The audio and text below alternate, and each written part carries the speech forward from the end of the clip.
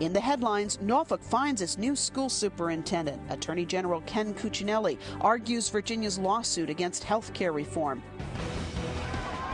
And can Hampton Roads support a professional football team? This is What Matters.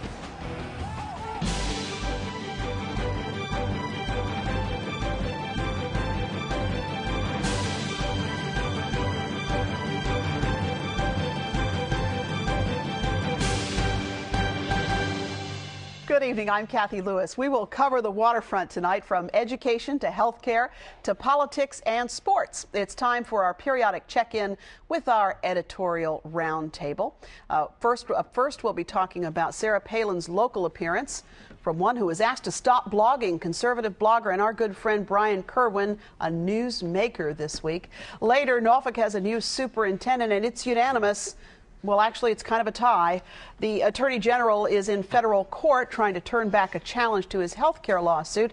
And just what is the United Football League, and why does it want to come to town? We'll talk about all of that this week with the newly married Kimball Payne, political reporter with the Daily Press, and the Virginian-Pilot's editorial page editor, still married Don Luzzatto. And from the political blogging community, we are joined once again by Democratic blogger Vivian Paige and Republican blogger Brian Kirwin. Thanks to all of you for being. I've been excited about y'all coming because there's so much to talk about.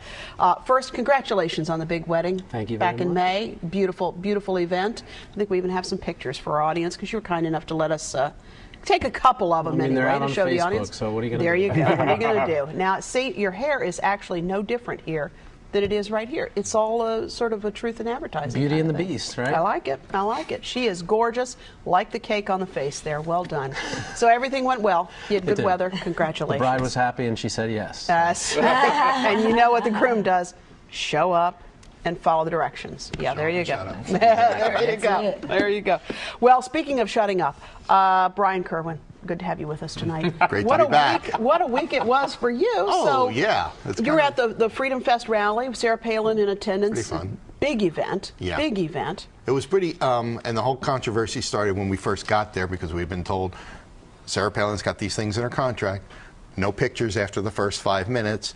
Don't broadcast her speech. You can't record her speech. You can't broadcast it, simulcast it, anything like that.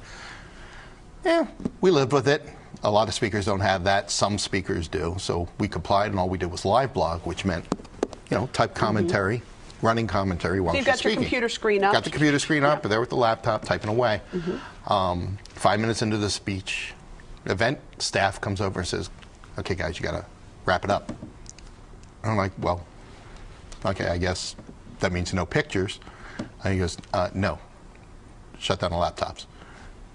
I'm like, why? He's like, you can't do that. You get 5 minutes and you're done. Events while she's speaking. This was, just to be clear, this was not her people. No, these were. They had event staff T-shirts on them, right. And they're trying to enforce what they understood the contract was. So like, we're here to cover the event. It's like, well, no photos and none of that computer stuff. And there are like thousands of people around with the cameras going, including you. And he's short. He's selling himself short because he spent like 2.5 hours with the other folks live blogging everything. I mean, Lee Greenwood singing "God Bless the USA," George Allen, the whole 9 yards. And it wasn't until Palin went on that it got shut down.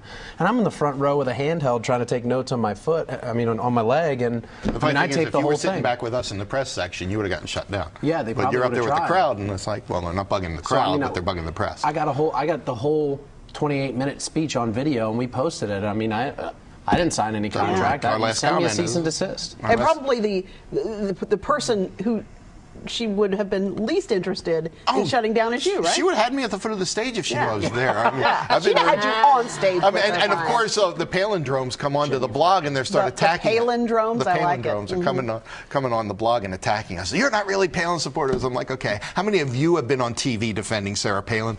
I have. So who you fighting with? It was the greatest irony when I saw the coverage. I was like, you've got to be kidding me. I mean, we could roll the tape. Of all the people. So we shut down, so we couldn't report on her speech to the conservative media, the conservative blogosphere. If anybody's going to report her to her satisfaction, it's probably going to be us, and we had our laptops. So what's the outcome of that? I mean, did you have any chats afterwards with folk, or is her campaign aware of what happened? Or she actually Facebook commented about it.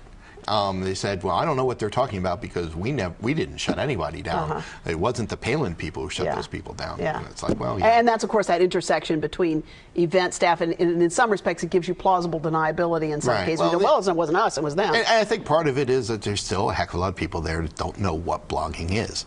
You know, somebody sitting there typing on a blog, to them, is no different than somebody with a camera videotaping the speech. I'm not sure they don't know what blogging is. They don't know what free press access is. I mean, it's, you know, they would have shut down a print reporter because if he had a computer there too. Although you were in the wrong place. Yeah, so lamestream media. The whole Apparently, you were in the wrong part of the room to get shut down. So anyway, but all's well that ends well, because we had 5 times our usual hits when we posted about it, and everybody from publicity is good publicity.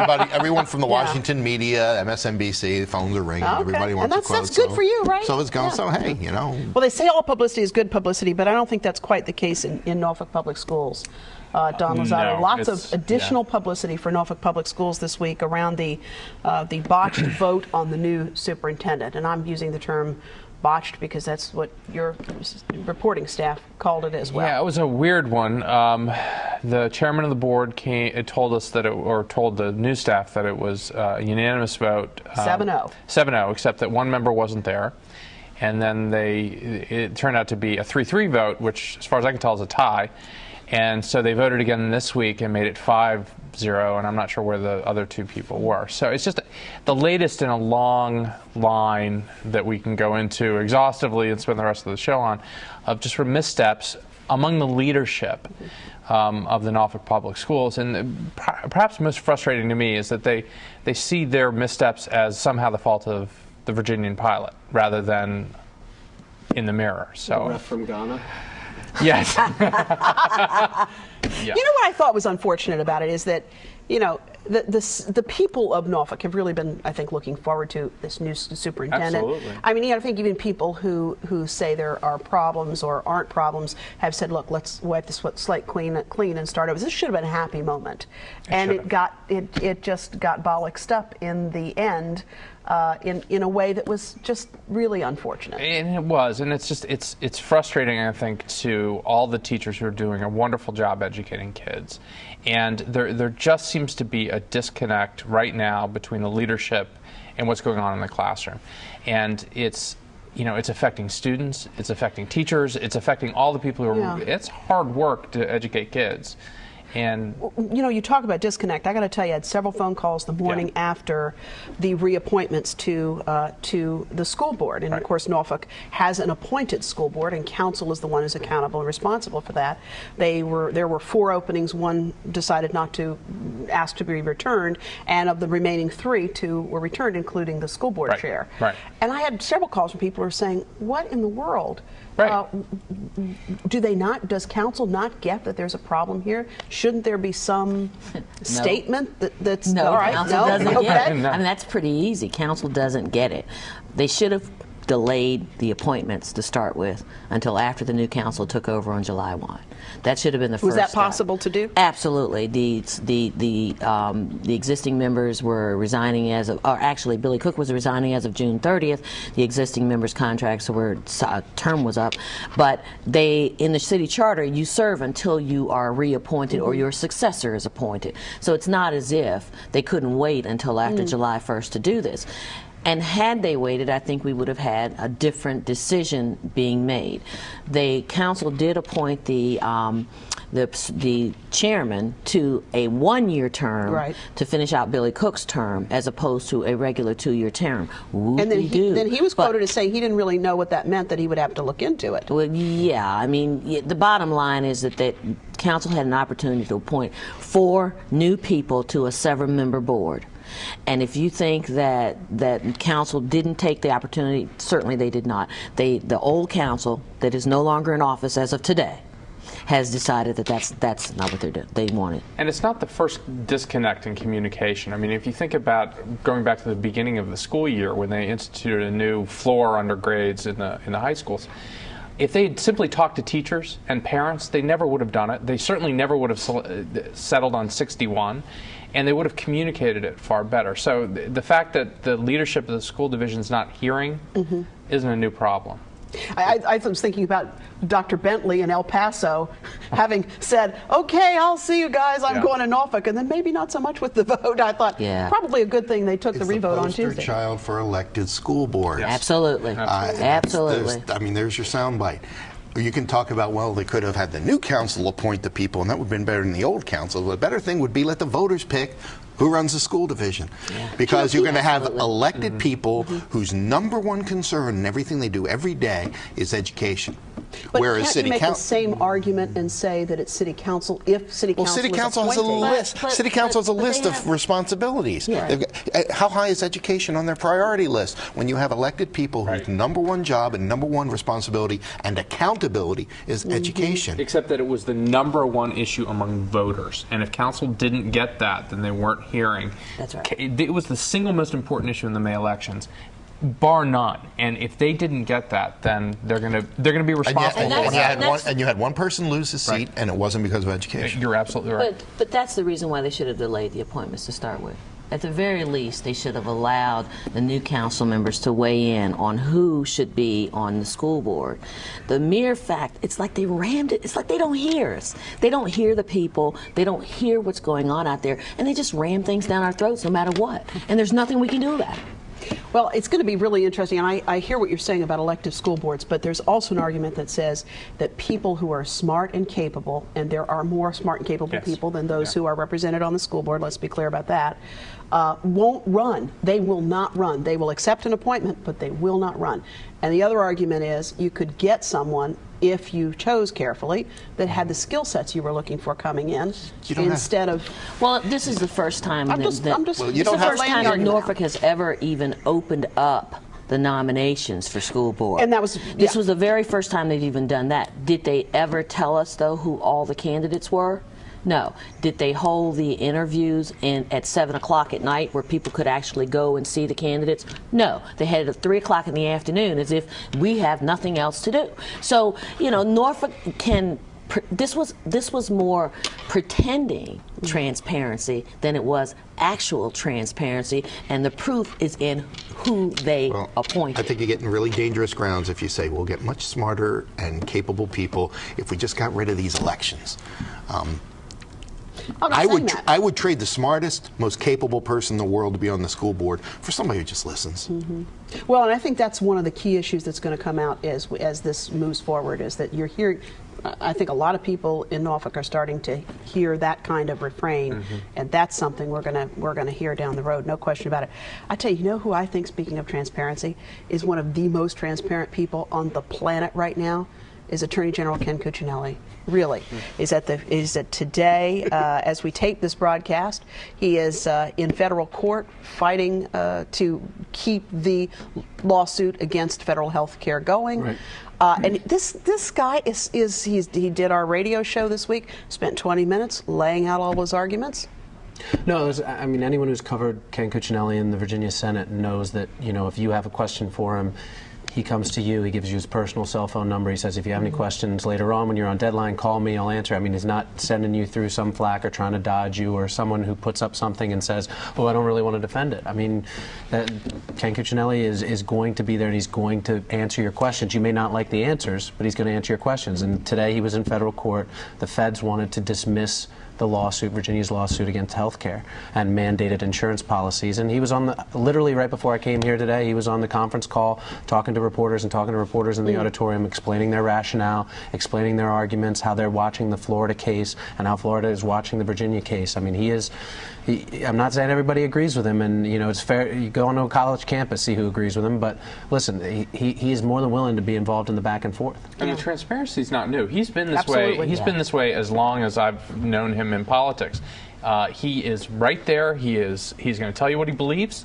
He's very straightforward about it. There were no surprises in who Virginia got when they elected him, and he got more votes proportionally than any other candidate on the statewide ballot. And is courting the business community in Northern Virginia. Absolutely. Probably a pretty smart move, because the business community in Northern Virginia endorsed his opponent last time around. And he apparently didn't have a lot of friends within the business community as he went along, and so this idea of courting the Fairfax Chamber as well as other chambers of commerce around the state, this is what he's been doing since he's gotten into office. Is he's making these people, as the article said, that I'm not the crazy or I'm not off my rocker, and they are literally, because he is such a personable guy. Yeah. I mean, Cuccinelli is one of the nicest people you'll ever be in a room with in terms of his personality. So he's very likable, he's very, very smart, and so it's pretty easy to see why people believe when they meet him that they are taken in by him. Yeah, and I thought it was interesting too when you said he's starting to sort of say, "I'm not the crazy." That's right. It was interesting in this interview we did this week, and Brian, I'd love to get your comment on this. There was none of this environmentalist or socialist human. There was none of this this kind of very inflammatory language that you heard during the campaign. It was all very. Well, it was a very. It wouldn't kind be of a What Matters conversation. roundtable if we didn't talk about Sarah Palin and Ken Cuccinelli. So I'm glad we finally Yeah, but you were part of the story, my friend. But yeah, I guess I'm half to blame. But for Ken Cuccinelli, when you talk to him, and not through the buffer of the Washington Post and the other media that want to highlight things that they think should be highlighted, and you want to talk about issues and the legal case and things like that. He's personable, he's knowledgeable, he's credible. The buffer of the Washington Post, you're acting like they sent the letter to colleges telling them to take sexual discrimination off the watch list. I mean, listen, we can all talk about how transparent. We can all talk about how transparent, how personable, and how he answers his cell phone. But that doesn't mean everybody agrees with him. Right. Yeah. That's right. That's right. Where's he going from here? Nowhere but his office. Really? I think he's had probably the best 6 months of an attorney general that he could, as an attorney general, that he could imagine. I think he loves going to federal court and fighting Obama's health care. I think if he can do this, he's going to run for re-election. And you don't see him going beyond. Oh, I think he's a candidate for something right now. I think he wants to go beyond. I think he doesn't want to go beyond in Virginia politics, though. I think he's a candidate right now for something. I have no idea what, but I think he's a candidate for something. I think I think he wants to go. He might have something in the administration for legal. He might have something in the United States Senate that he may want to go for. Or I just may think he likes going to maybe someday go to the Supreme Court and argue some fantastic social issue that he wants to carry the cause for. I think he likes his role. I don't think he wants to be governor for 4 years and then wonder what he's going to do next. And that's the point, is that Ken Cuccinelli is really too young to consider making the leap to go to run for governor 2 years from now and then be in a dead-end, what is essentially a dead-end job. So for him to run for re-election makes the most sense, because it leaves him open then to be ready to run for the Senate seat when he's ready to run. And considering you have to go back to the 80s to find an attorney general who was a Democrat who won, it's the safest seat he can run for. Yeah. Interesting. Well, I give him lots of marks. He's very accessible. Every time we've called him, he's talked to us. He's an extremely accessible attorney general. So I always appreciate that, people who are willing to come on the show and do some talking. It's no harm, right? Just saying. No harm in talking. United Football League. What is this? Well, I mean, it's basically a lot of the cast-offs from the NFL, and I mean, I think that last year was their first year, and they had something like 10 teams or 12 teams. I mean, well, the need happened when, and for full disclosure, news broke today that they're searching for a venue, and one of the venues they're looking at to have these games is a venue that's a client of mine, the Virginia Beach Sportsplex. So I'm kind of involved in this. When NFL Europe ended, the NFL kind of likes having a league, and their schedule is kind of a problem. They kind of want to have a league for their, you call them the cast-offs, the people who get cut, to play in a season that mid-season for the NFL, their season ends. So it's a developmental. By Thanksgiving, when you've got injuries or something like that, you've got somebody who just played a dozen or so games. And without NFL Europe, you wouldn't have never heard of Kurt Warner. That's right. I mean, who's going to the Hall of Fame in the NFL probably. I mean, so you talk about young players who are building resumes. Some guys who maybe don't make the cut the first time around, but then 3 years later they're blossoming. So, I mean, I think Hampton Roads could support it. I mean, I watched some of the games on TV last year. I mean, it's definitely not the quality of the NFL, but at the same time, I mean, these are guys that were stars in college that maybe didn't translate well to the pros, and I think we have the audience here. It's just, you got to be creative. It's not the NFL, so you have to be creative. What are you going to do to get people in? And you can have a lot of fun with it. The helpful part about all of this stuff that we were, and I just learned this when I got involved with it, is unlike in baseball where they can pull anybody up at any time, they won't be able to take anybody out of the UFL until the season's over. So those teams are intact until the championship game, and only then can the NFL grab any of those players. So they're looking in Norfolk and they're looking in Virginia Beach. Yeah, right now, according to the pilot, there are 4 venues that are vying. Old Dominion University, Norfolk State University, Harbor Park, and the Virginia Beach Sportsplex. Does Old Dominion want something that's going to be in competition with their football program? Well, that's been the argument. And how many scheduling conflicts? So the UFL starts in September, ends in November. Same deal. So they got to play around each other, and then it's not just the game day; it's the practice and the weight training and the locker rooms. And it's traffic on Hampton Boulevard in front of WHRO. I'm just saying. I just thought of that. Well, each one of the 4 venues has their issues, and it's going to be the team owner who decides with the so okay next of step the league. on this is the team owner has visited all 4 stadiums, got some meetings lined up with some still yet to happen, and they have to meet with league officials and collaboratively decide where the venue is going to be, and that decision needs to be made pretty quickly. Okay, so who at this table is going to go watch United Football League football? What's their name going to be? Come on, that's come on, that's If they're going in to Norfolk, if We've they're got in Norfolk, don't we have to name them the Neptunes? Don't we have to do the that? whole naming of anything in this region is something Don't we have to do in the that? 20 seconds we have left in the Virginia program. Beach Bums? All right. No, Something. That'd be a good All one. right. We have to we'll catch y'all back in a few weeks. I'll be back in a moment with a final thought.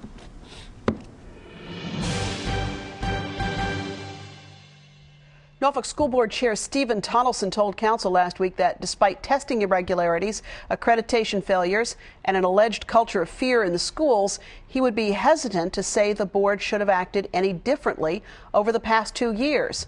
Maybe it's my own neurosis, but I can't seem to get to the end of the day without thinking of at least 5 things I would have done differently before noon. Some wonder how Chairman Tonelson won reappointment, even for a 1-year unexpired term, and that's a decision Council will have to answer for. What's hopeful in the sorry series of developments of the past 2 years is that Council opened more widely the process of choosing school board members. That's a step in the right direction because very smart, capable people will often step up when you let them know that you need what they have to contribute. What will add flesh to the bones of a more open process, though, is to actually appoint more people who emerge from that process instead of relying so heavily on the leaders who presided over many of the embarrassments of the past 2 years. It's one thing to invite people into a process. It's another to actively engage them in solutions. And these are times that call for innovation, creativity, and a focus on the problems at hand instead of the stories in print. It's clear there are serious yet solvable problems in Norfolk Public Schools, and Council ought not miss any opportunities to demonstrate that it gets it and that things have to change to restore the image and the value of Norfolk Public Schools. So what now? Well, we welcome Dr. Bentley and offer him our support.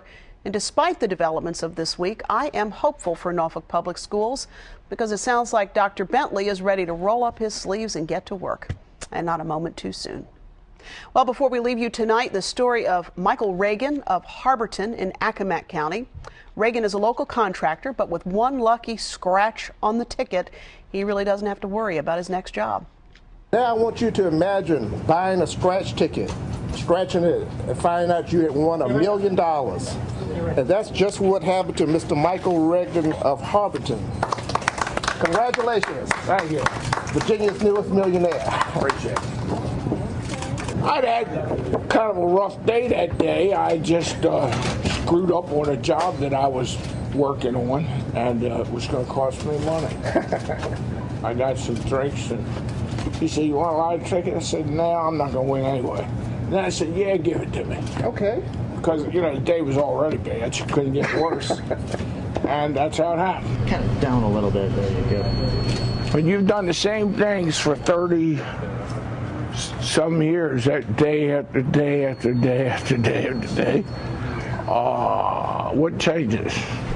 That's all, food. Straight. Basically, that's it. Pay some bills and it'll make life a little easier month to month. That's it. Other than that, no special. Nothing special. Right. Nothing special. Still got my old truck out there. You're not going to upgrade the truck? Well, I might, but that one's got 200,000 miles on it. So, and I like it just the way it is. I'd be upgrading my truck. I'm just saying. Reagan shows the lump sum cash payout of $564,000. Our thanks to HamptonRoads.tv producer Brian Clark for that report. That's sort of the after-tax number, I guess. There are a number of ways. Boy, that tears the heck out of $1 million, doesn't it? Number of ways you can reach us here at What Matters. Our website, whatmatters.tv. You can watch this program, any of our past ones. Drop us an email. Join us on Facebook. Sign up for our weekly newsletter to find out what we're working on for you. And for more local talk, I hope you'll join us on the radio dial for a Hearsay on WHRV 89.5. That's at noon every weekday, and we take your calls there. Because sometimes I bet you're just looking at the TV screen talking to it. Well, you join us on the radio, we'll take your calls. Thanks again for watching. I'm Cathy Lewis. We'll see you next time for another look at What Matters.